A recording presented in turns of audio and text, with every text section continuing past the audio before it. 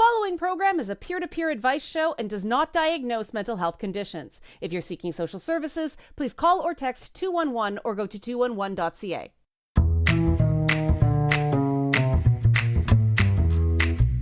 Hello, listeners around the world on radio, streaming, and podcast services. This is It's Not Therapy. I'm Liana Kersner, and I am not a therapist, but I am your source for navigating the madness of mental health using my top 10 sayings for going good crazy.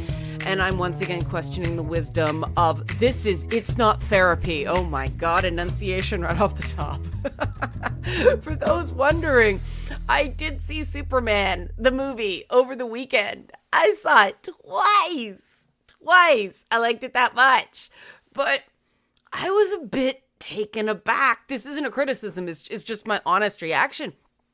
I was taken aback by how violent it was. Granted, it's not as violent, you know that scene in Justice League where Superman comes back and attacks the cops, but even toned down, you know, as much as I enjoyed the movie, I said to my husband, is this really where we're at?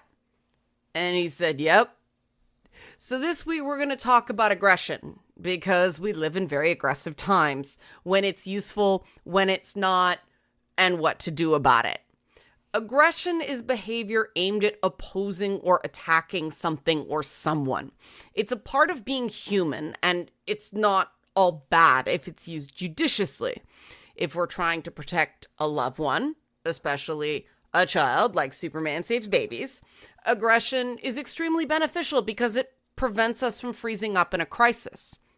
But too much aggression, uncontrolled aggression, or aggression that's inappropriate, oh, big buzzword there, that's a tough one. That kind of aggression can have negative impacts on our lives. And who decides what's appropriate, right? Exactly. That's what makes it so challenging.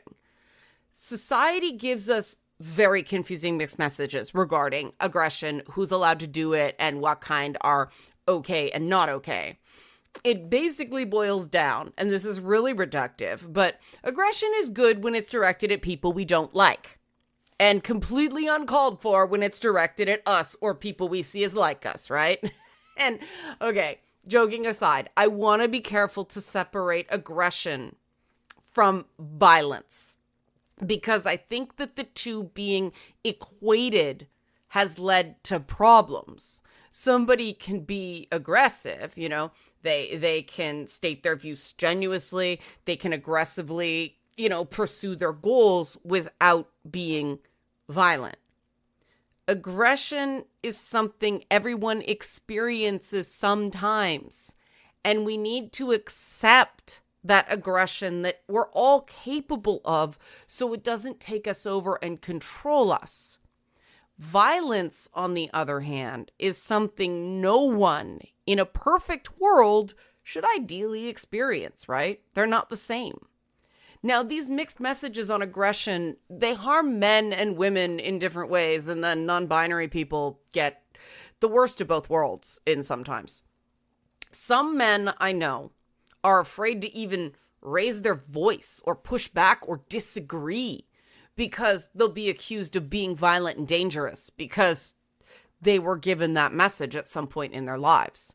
Meanwhile, boys are pushed into terrifying and downright unsafe situations to toughen them up in a way that, quite frankly, girls aren't, when that's going to traumatize any kid. And there's a continuum there. Men are often treated like they don't have real feelings other than rage, anger, and aggression, right?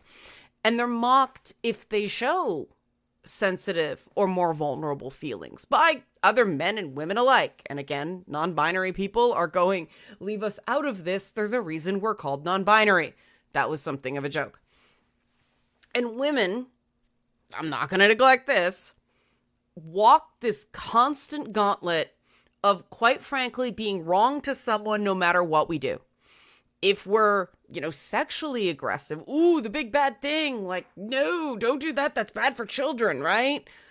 We're gender traitors. We're sluts. And sure, some men like that in theory, but do they respect those women in practice, right? I used to do a TV show where that was part of it. And let me tell you, it's not what you think it is. There is an element where a guy, oh yeah, she's hot, but it's hot in that object for their own gratification way. Again, remember how I said, like, men are treated like they don't have real feelings and they're mocked if they show them because of the aggression? Well, women put into those roles, those, presumably sexually aggressive roles. Well, we don't have real feelings and we're mocked if we show them either. There's a continuum there, right? The minute you start saying no to things in that role, wow, people get hostile really quickly. And then there's the reality, and this isn't my opinion, this is documented, okay? Women who approach men romantically, like asking men out on dates, they're still seen as desperate, pathetic, or crazy instead of assertive and dominant, right? And men in dating, in fairness, you guys got a real tightrope to walk between being the one who's expected to make the first move while also being the one who's expected to read nonverbal cues on pain of getting accused of abuse.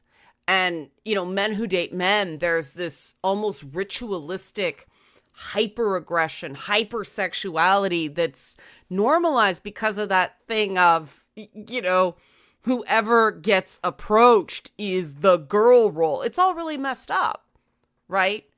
Women can't be aggressive in that way without being seen as unfeminine, and men who don't get aggressive that way are emasculated.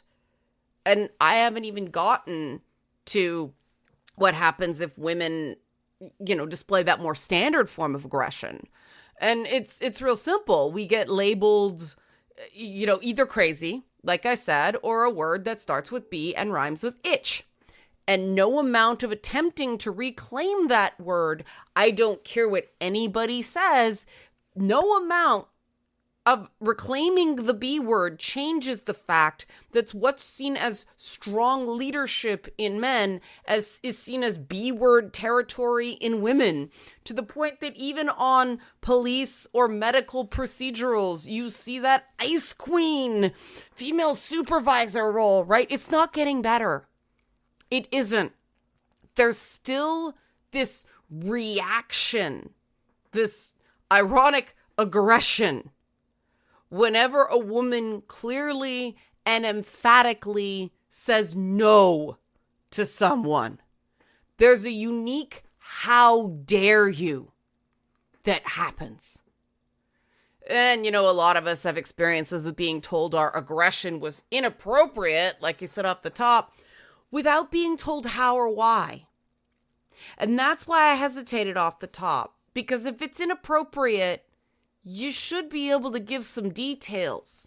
That's inappropriate without any, description like, look, he was backing off. Just chill. There's no fight here, right? Without something like that, that's inappropriate. That's just a shutdown. That's the fact that is seen as appropriate is strange, right? These things are complicated. And of course, there's the internet, which is a hellscape of aggression for aggression's sake, where bullying reigns supreme, and even some owners of social media companies participate in it. I'm looking at you, Elon Musk. I'm looking at you, Donald Trump. Double, triple, quadruple standards abound regarding who gets to show aggression and what type of aggression is allowable. And I think it's twisted us all up inside at least a little. Because, yeah, aggression is connected to that caveman brain we all still have, so it's very easy to try to deny it's there because, well, that means admitting you don't have total control over yourself. But it also leads to some groups of people getting defined by stereotypes associated with aggression, which causes people to treat them as less than human. If I say the word thug, that picture in your head that comes up, yep, that's what I'm talking about. That's not cool. So let's talk about it. When can aggression be healthy? When is it really a problem? How can you live a life where you're not afraid of your own aggression or someone else's? Okay, we can't get too far into that last one. We only have another 40 minutes of showtime, but we'll at least get started. Do you have a story you think would be good for the show? Are you interested in sponsoring the show? Liana at nottherapyshow.com. That is my email. Nottherapyshow.com is the website. At Not Therapy Show on social media. We'll be back after this talking aggression. It's not always bad, but what happens when it is on It's Not Therapy? The following program is a peer-to-peer advice show and does not diagnose mental health conditions. If you're seeking social services, please call or text 211 or go to 211.ca.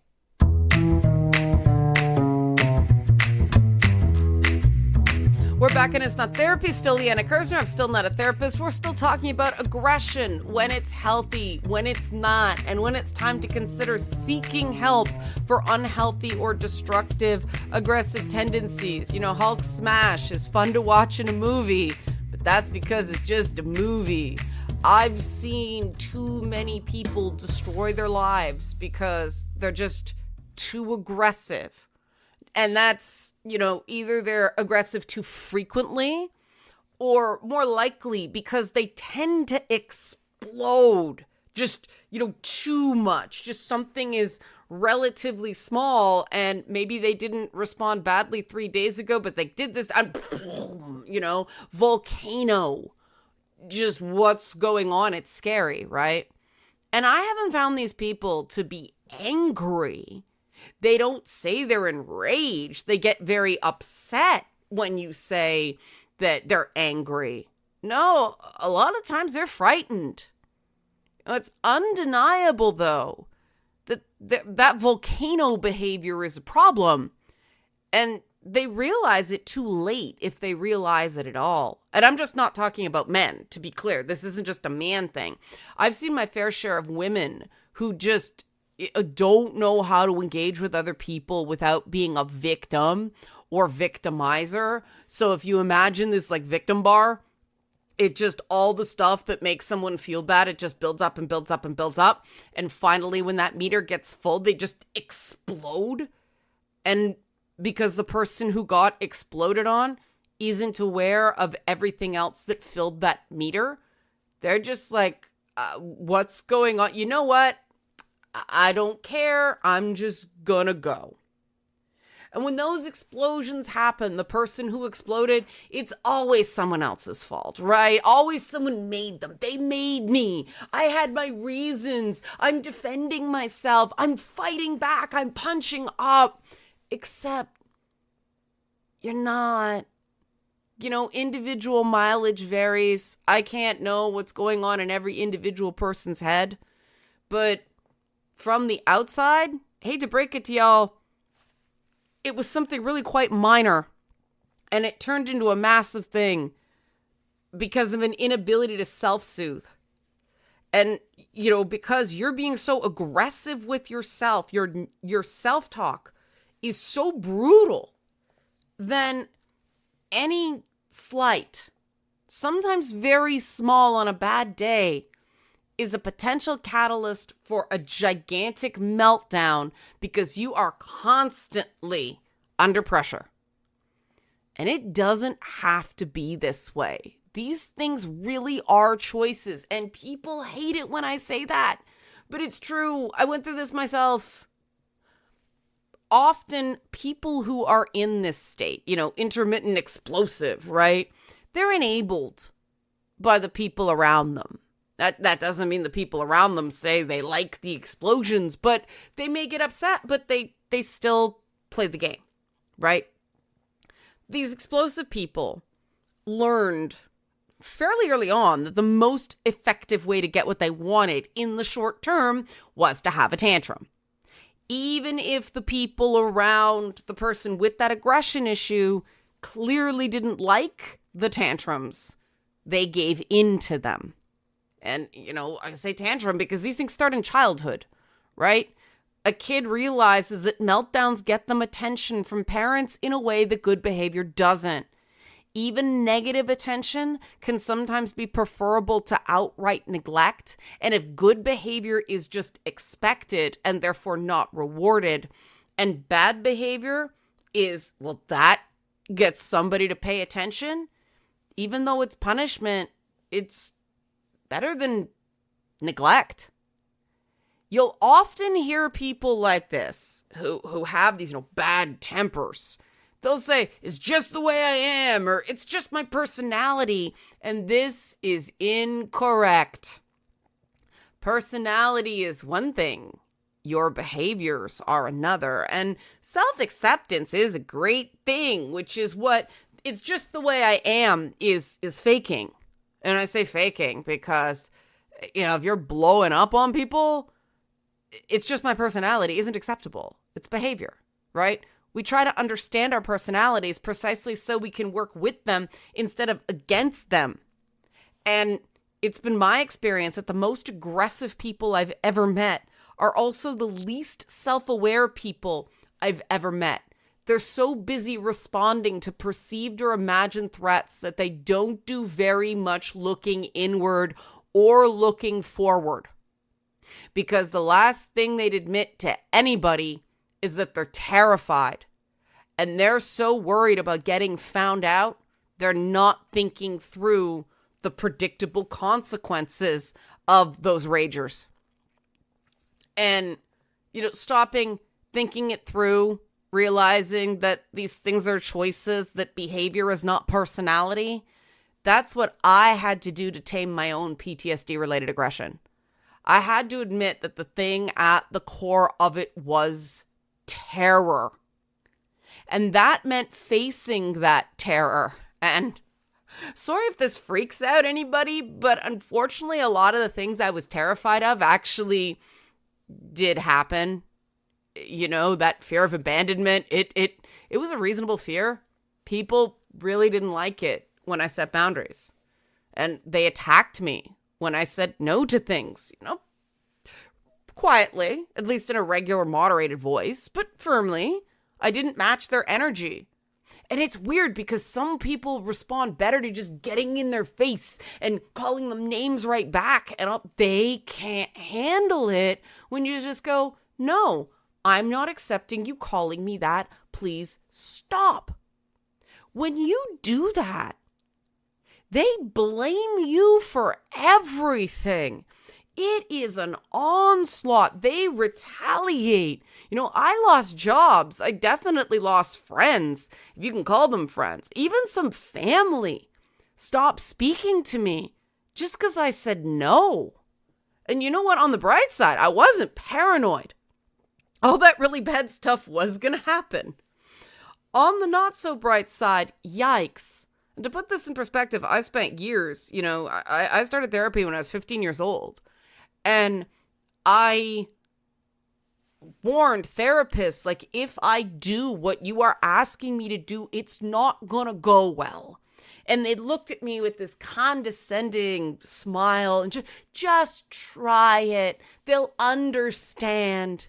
And no, they didn't understand. No. And that therapist was not there to handle the fallout of how much they absolutely did not understand. And people can nitpick all they want. Oh, you did it wrong, or oh, you didn't do it at the right time, or all that stuff. That doesn't matter. When someone takes a step into terror and exactly the thing they were afraid of, and they were assured by a therapist, oh no, trust me, it won't happen. It happens. But despite all of that, despite how badly it went, the reality is I just couldn't live in that dog-eat-dog world anymore.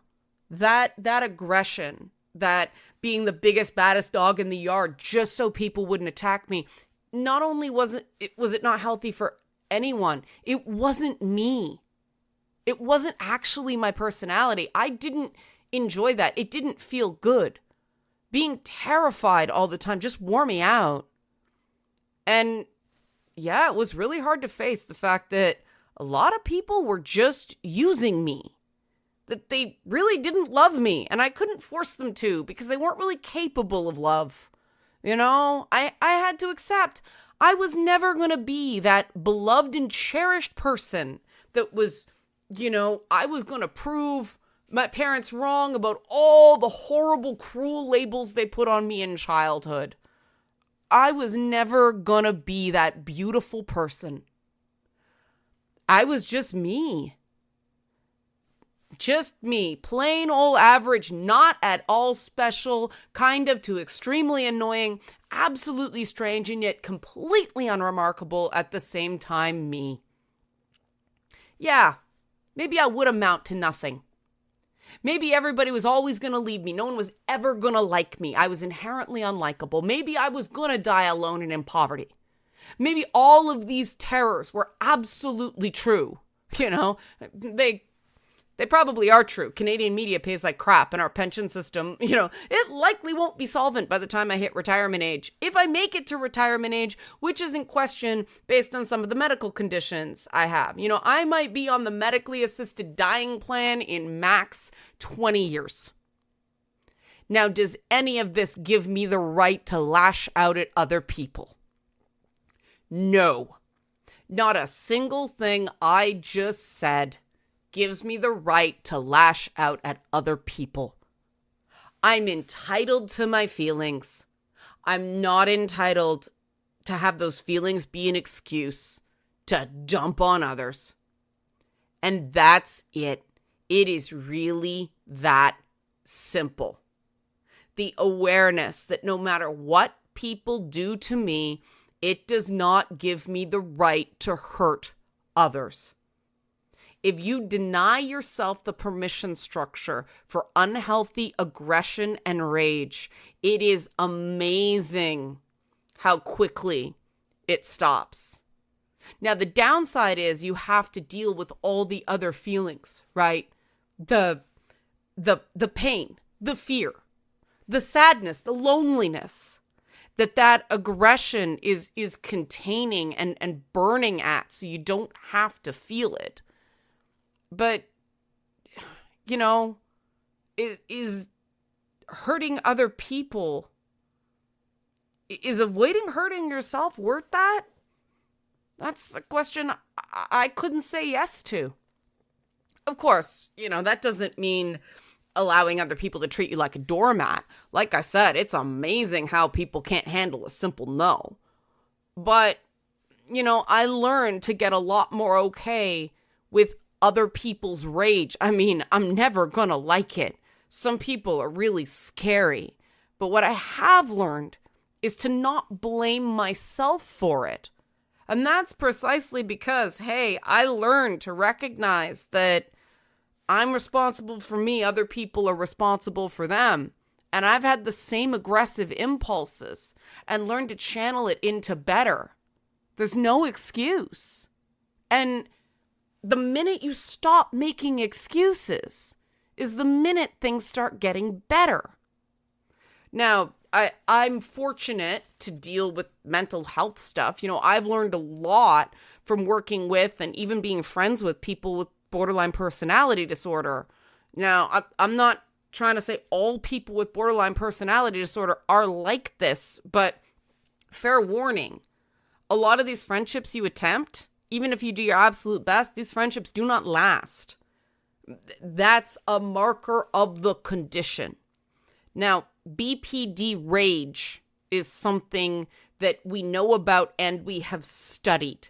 And that's why it's useful. It is the extreme of a continuum of human experience. We all feel these things. We all sometimes do these things to a degree.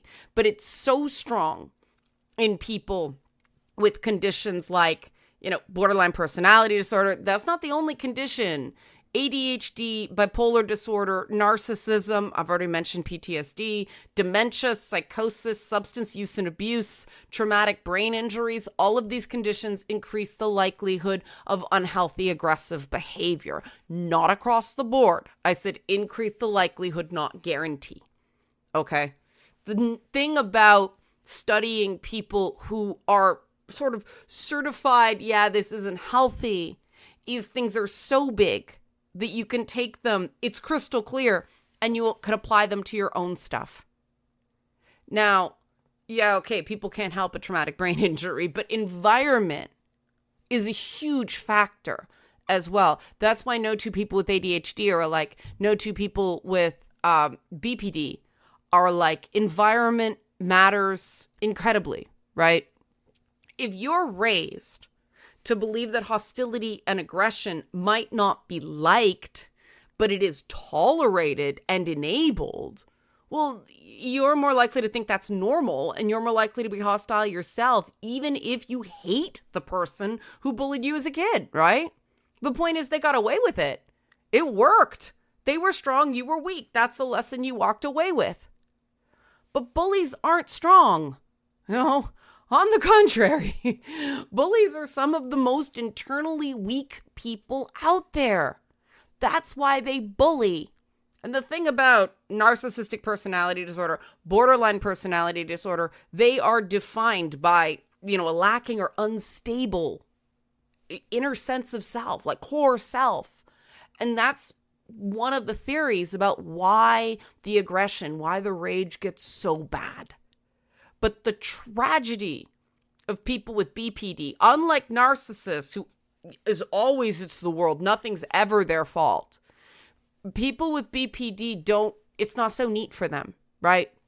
They end up raging against themselves. You watch them do it and they don't realize it, right? When we think of rage, we think of an angry, out of control, just smashing up stuff person, right? But a borderline personality black split, it's a phenomenon where a person with BPD suddenly thinks someone is all bad or a threat. That starts off as sort of, the phrase cope and seethe? Well, it's like a seethe with no cope. The person may start off seeming open to conversation. And they're trying, right?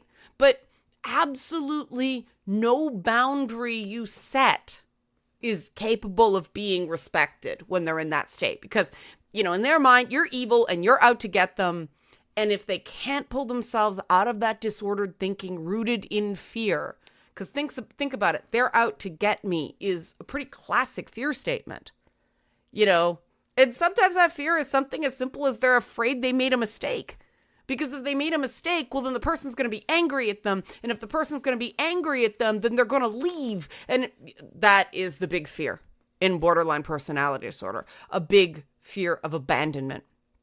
And the tragedy is that the person with BPD ends up blowing up or running away, usually both, right? Only to come back and then accuse you of a bunch of stuff that you have no point of reference for a little bit later. And, professionals say you're supposed to validate their feelings, but I've honestly found that, 3 out of 5 times that just results in more rage because you're patronizing me. And usually things break down because you set boundaries. They don't respect them. They don't see anything wrong with that because in their minds, you hurt them and they feel threatened. They need to protect themselves, which usually involves lashing out and causing hurt themselves. And if you lost the plot between somebody with borderline personality disorder and regular conversations you have with your family, well,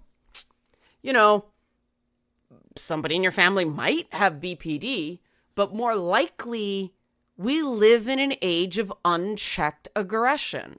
We live in an age, it's, not me, it's you, and you made me.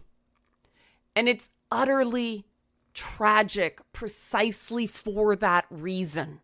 Because, we've studied and documented people with borderline personality disorder. They bear that stigma, but we see that kind of behavior all the time. And it's important to keep in mind, we are all capable under stress, to greater or lesser degrees, depending on the person, of that sort of extremely disordered thinking. Someone who you thought was great one minute is suddenly out to get you the next, right?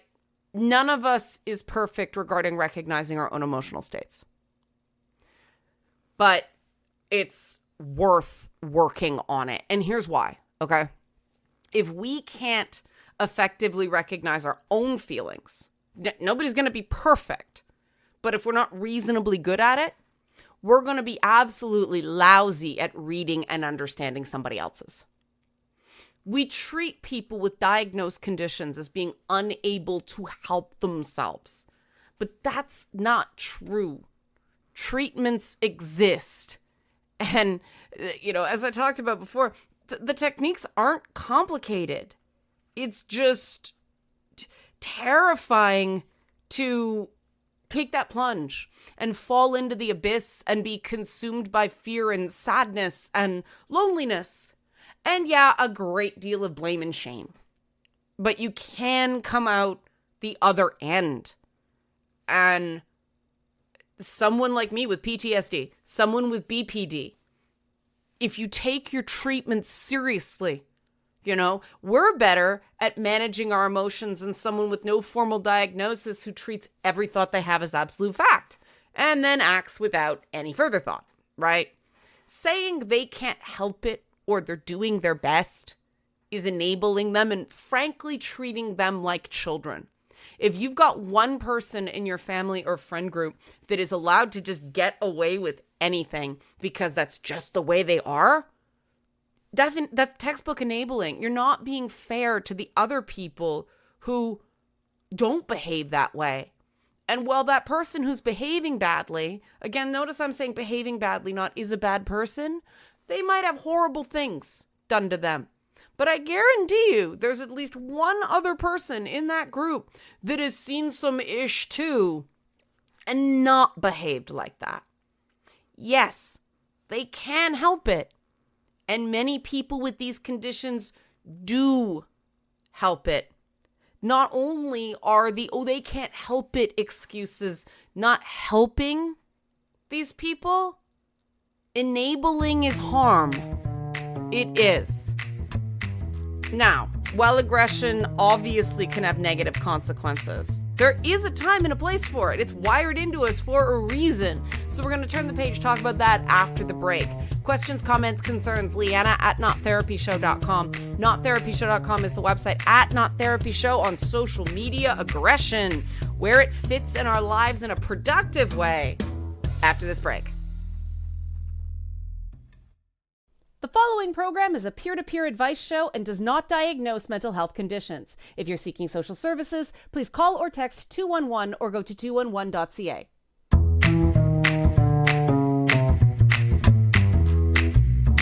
We're back in It's Not Therapy. I'm still Liana Kersner. I'm still not a therapist. We're still talking about aggression. Now we've gone through the negatives of it, but it's wired into our humanity for a reason. And I'm going to give you a personal background on where aggression was helpful, right? In Control, like Animal, In Control. That was a good movie. When I was a video game journalist instead of a mental health reporter, there were these big trade shows for video games. They were like E3, which is not around anymore. Penny Arcade Expo, you might have heard as PAX, right? And I'd go to those to, report on stuff. And every single year, EA, otherwise known as Electronic Arts, big video game publisher, for those who don't know, okay, every year, no matter what outlet I was looking for, EA would lose my appointment. It was apparently a thing they were known to do to Canadian media because, forget Canada, we're seen as America's hat by the video game industry. Ubisoft, back in the day, that has multiple studios in Canada. A lot of Ubisoft games come out of Canada, but they didn't even have their own check-in desk at the Ubisoft booth. It was US, Europe, I forget Asia, no Canada. Mexico had its own check-in, but not Canada. I guess because of the language, right? But what you'd have to do at the Ubisoft booth is you'd have to sort of ask around to find one of the Canadian PR people who did at least have your appointment. They acknowledged they knew you were coming. So Ubisoft was chaos, but they weren't just the absolute prickery. That's not the word I wanted to say that was EA, right? And Activision, another big publisher, wow, okay. Activision deliberately overbooked their demos kind of like overbooking a flight. So just because you had an appointment for a playable demo didn't mean you'd actually get to play. And you can imagine how they treated a girl as a less legitimate player than the guys there. So guess who often got told, well, you can watch over someone's shoulder, which is not the same as playing. In an environment like this, you sometimes have to get aggressive. You have to do it in a calculated way, but there's no avoiding it. And the crews that were with me were sometimes, they found it funny how I would literally put my foot in a door and refuse to leave until I got access, because that's not really me day to day. I'm pretty, okay, I don't want to get in anybody's face. But if you're not at least a bit aggressive as a reporter, you don't get anywhere. You're lousy at the job. You do have to challenge people. There's a great scene in the Superman movie where, Lois Lane, Clark Kent goes, oh, you can interview me. And all of a sudden she's a reporter instead of his girlfriend. And he can't take it. Sometimes you have to get aggressive. There are plenty of PR people who delight in stonewalling. And, obviously companies like to cover up the less good stuff. Governments? Yeah, absolutely. But there's also the other angle to the story where if you just, lose yourself in empathy, oh, this is such a horrible story this person is telling, you may get taken for a ride. You have to sniff out deception as well. And then, of course, there's a reality of the online cesspool of people who cannot take any critique, any questioning of the things they like, or any praise of the things they don't like. Just last week, I had people insulting me because I wouldn't agree that the Superman movie is a lecture on U.S. immigration policy. This was before the movie was out. And again, I've seen it twice. It's not. It is not a lecture on U.S. immigration policy. Thank you, Kellyanne Conway. The word immigrant doesn't appear in the movie once. Some reporters inferred the connection. It's inferred. It's not even implied. It was their own stuff they put in because Superman is an alien. But the thing is, Superman is literally an alien from the planet Krypton. That's not a term applied to another human from another country. And yeah, I'm being a little aggressive here, partially for comedic effect, but if you don't have the ability to push back on this, I'm going to say it, nonsense, you're not going to get very far in fact-based media. And it's extra hard for women to do this because men, let's just face it, guys, I defend you a lot, but you're given greater license to be aggressive than women are by society. And yeah, there's a clapback to that. There's a downside. But still, women are much more likely to be called crazy when we get angry, especially if we respond to that anger aggressively, which is why so many women say, I'm upset, instead of I'm angry. And that's something I'm trying to train myself out of. Because, no, the politically driven misrepresentation of a movie about a guy who wears his underwear on the outside and prominently features a flying dog, that is angering. Precisely because it's utterly ridiculous to do in the first place, and it's just intended to destroy fun. Now, it's even harder for people like me to show any aggression whatsoever because I've got one of those diagnoses associated with bad aggression. Aggression is a symptom. You crazy, right? I got a PTSD diagnosis in 2013. And some people say, well, that was, 12 years ago. Does that count now? Individual mileage may vary, right? Yeah. Aggression is a symptom of PTSD sometimes. I talked about that earlier on the show. But aggression is also something humans just do.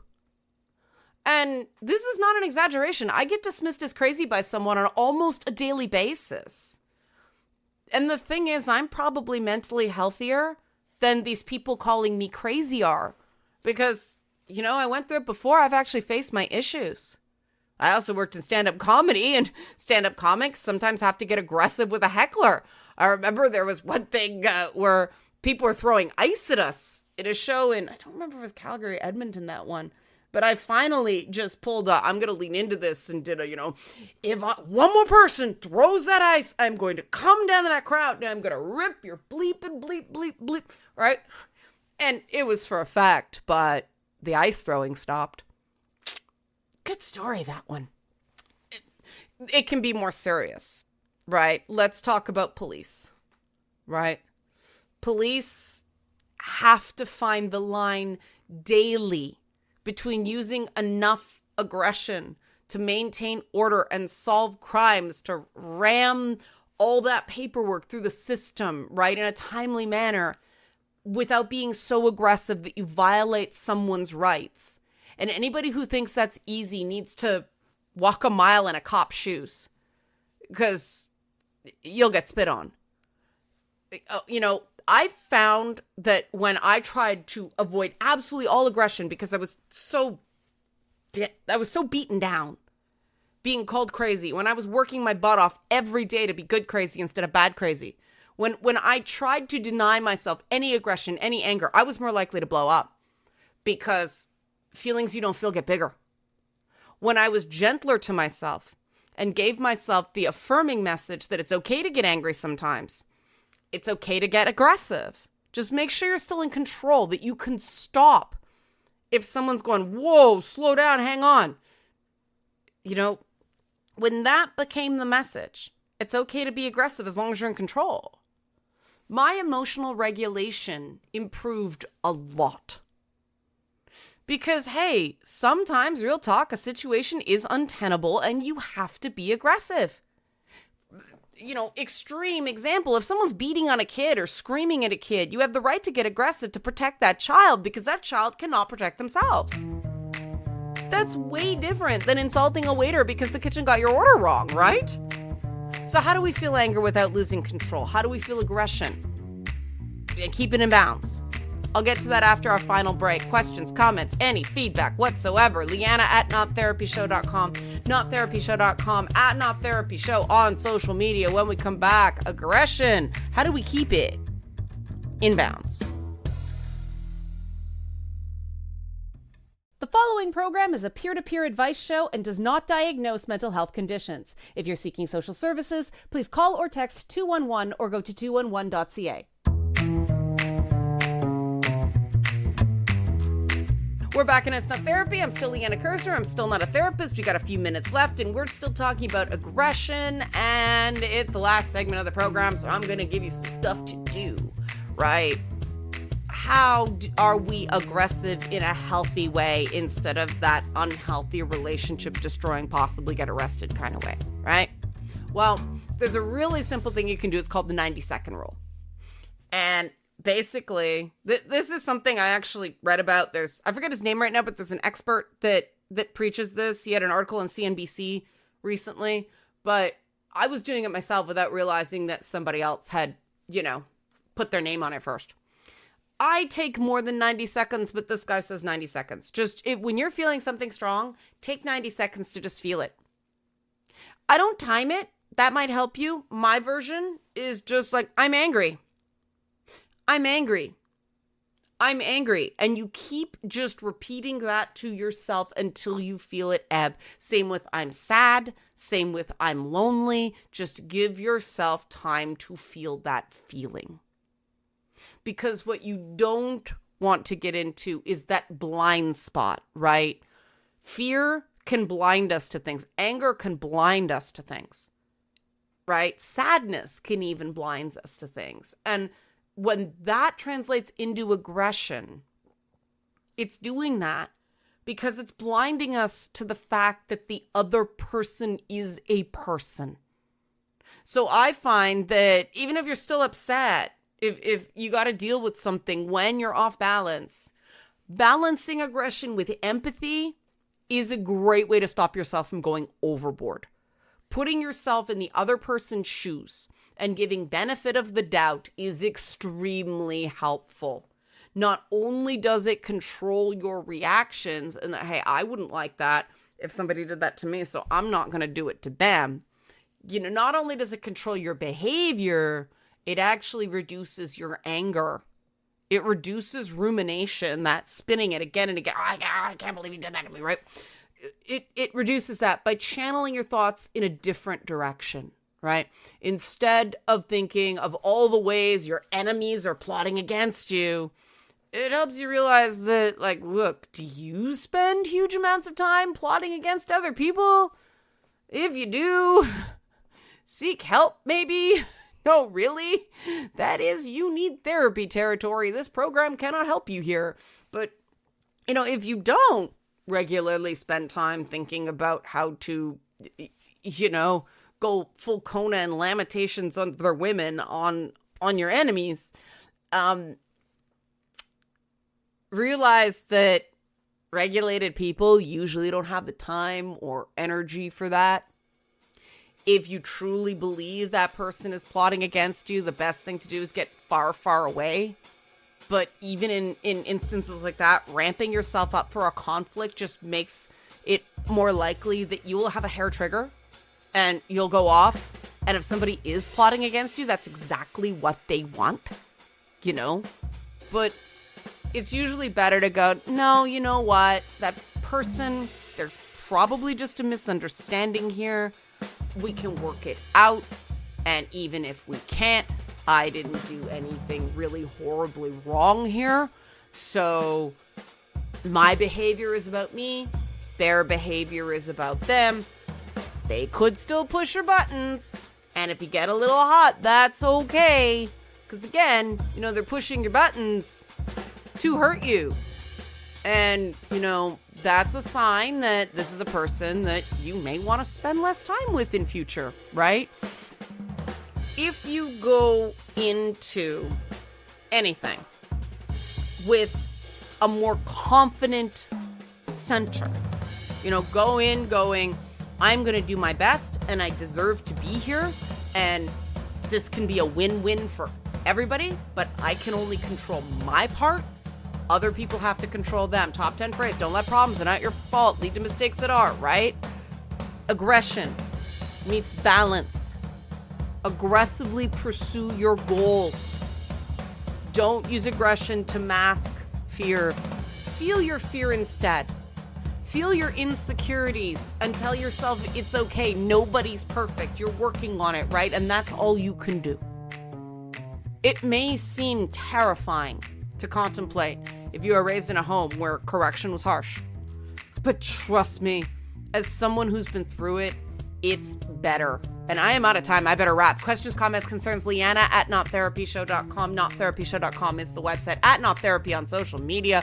Running out of time. You're crazy is only a problem if it's hurting you. See you next time. Go see Superman.